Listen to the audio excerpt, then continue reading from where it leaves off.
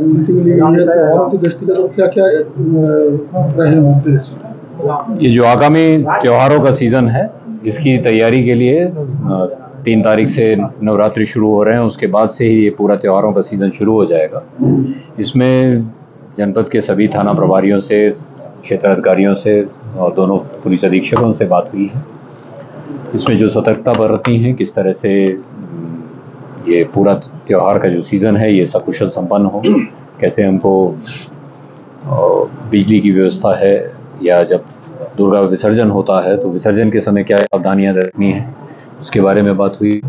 इधर रेल के संबंध में भी कुछ घटनाएं हुई हैं जिसमें डीआई साहब ने मंडल पर बातचीत की है, समन्वय स्थापित किया है रेलवे के साथ, रेलवे की पुलिस उसको ग्राउंड पे कैसे करना है उसके बारे में दिशा दिए गए हैं।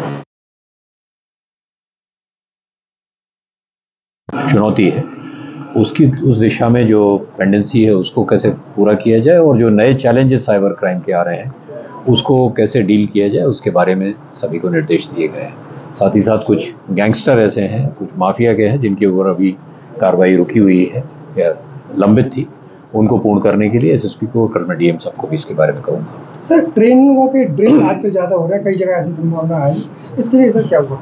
जी, वो मैंने बताया, आपको पुनः बता देता हूँ कि उसके बारे में डीआई साहब ने एक यहाँ पर समन्वय बैठक की थी मंडलीय स्तर पर, जिसमें जीआरपी, आरपीएफ और पुलिस का जो योगदान है वो एक बड़ी टीम की तरह कैसे समन्वय स्थापित करें, कैसे सूचनाओं का आदान प्रदान करें, और ऐसे जो संभावित स्थान हैं जहाँ पर इस तरह की बातें हो सकती हैं, उनके आसपास के गाँवों में जो बैड एलिमेंट्स हैं या हिस्ट्री शीटर्स हैं या बाहरी तत्व हैं, उनके ऊपर कैसे निगाह रखी जाए, इसके बारे में निर्देश दिया गया। सर, गणपति विसर्जन पे भी काफ़ी अलर्ट किया गया था, उसके बाद में कुछ घटनाएं पूरे जोन में सुनने को आई है। अब नवरात्रि आ रहा है, तो क्या इस तरह के जो कम्युनल टेंशन हैं, इसके लिए किस प्रकार से? नहीं, जोन में कहीं भी कोई कम्युनल इशू नहीं हुआ था।